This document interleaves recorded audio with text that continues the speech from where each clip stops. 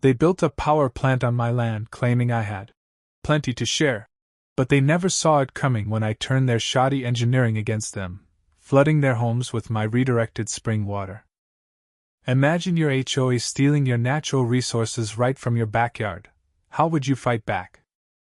I was halfway through my morning coffee when the roar of machinery shattered the quiet chirps of birds. A crew in matching polos and hard hats swarmed my 5-acre property, wielding clipboards and measuring tools.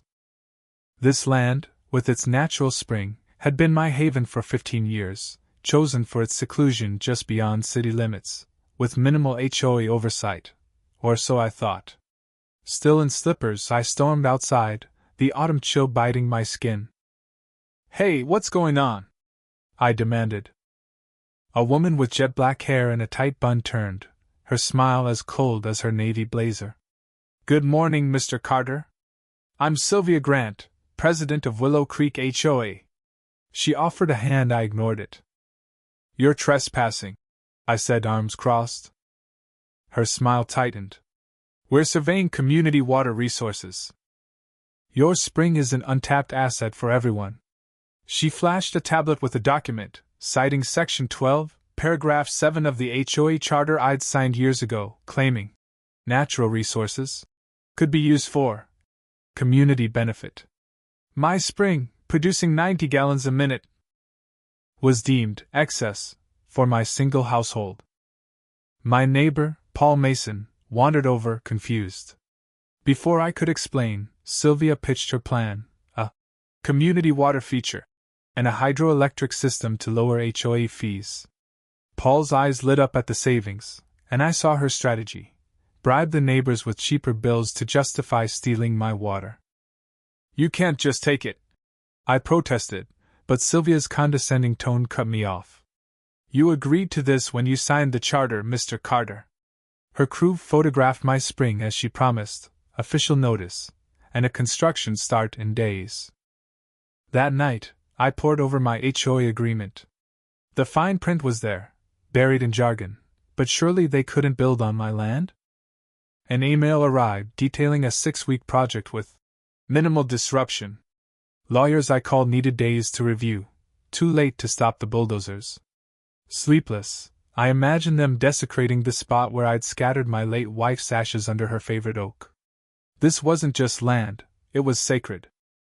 At dawn, I documented my untouched spring, noticing survey stakes far beyond its area, encroaching on my garden. The county assessor's office revealed my spring was rezoned as green space a month ago, without my knowledge.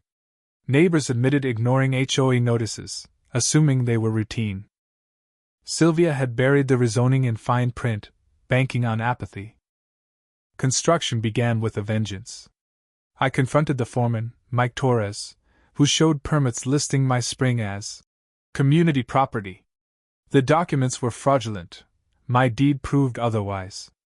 Sylvia arrived, flanked by a lawyer, dismissing my claims. "This is a small-scale renewable project," she sneered, "and your fees will drop." When I mentioned my wife's ashes, her lawyer offered to avoid memorial sites, but the violation was total. Neighbors gathered, and retired Judge Margaret Ellis joined me, revealing she'd received no rezoning notice. Sylvia claimed a vote passed with 37 in favor, but only 40 of 128 households voted. Murmurs grew as neighbors like Paul admitted missing ballots. Sylvia paused construction to verify procedures, but Margaret warned me. "They're hiding something." We formed a committee, filing objections with the county. Neighbor Alan Reed, an accountant, noted the HOA never approved funding for this project. A tip from Mike, the foreman, led us to Silverline Development, owned by Sylvia's husband, linked to luxury projects needing water rights.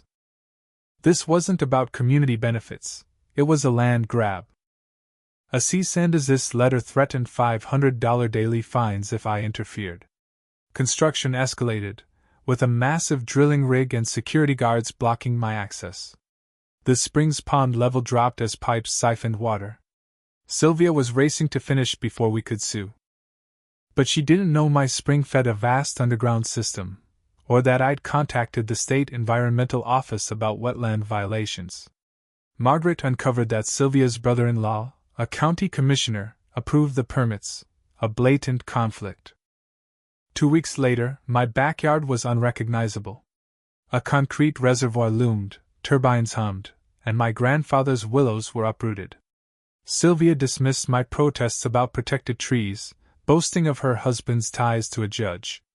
5 lawyers refused my case, fearing her influence. But hope came from Laura Nguyen, an out-of-county attorney. "They've forged signatures and altered the charter," she said. "We can fight this." Then, betrayal. I spotted Alan meeting Sylvia at a cafe, promising to sabotage my lawsuit for reduced fees. Confronted, he called me selfish, claiming the project benefited everyone. That night, studying Silverline's blueprints, I noticed a flaw. The overflow valve led downhill to Meadow Lane, where all HOA board members lived. In heavy rain, a valve failure could flood them. A storm was forecast, a big one. Laura warned against tampering, but I called Juan Perez, a hydraulic engineer I'd helped during a past flood. He confirmed the system's weak pipes couldn't handle storm surges. I legally modified my drainage to channel rainwater to the spring, increasing pressure. Margaret's inspector friend documented environmental violations, and 90-year-old Mrs. Tanaka revealed old drainage tunnels under my land, winking for extra pressure. As the storm hit, Sylvia toasted the plant's completion, revealing they were selling electricity for profit. Rain pounded, and my channels roared, overwhelming the reservoir. At dawn, the turbines screamed, and the valve failed open, sending water crashing toward Meadow Lane. I called 911, reporting imminent flooding. Sylvia's SUV sped by, her face pale as she realized her system's collapse.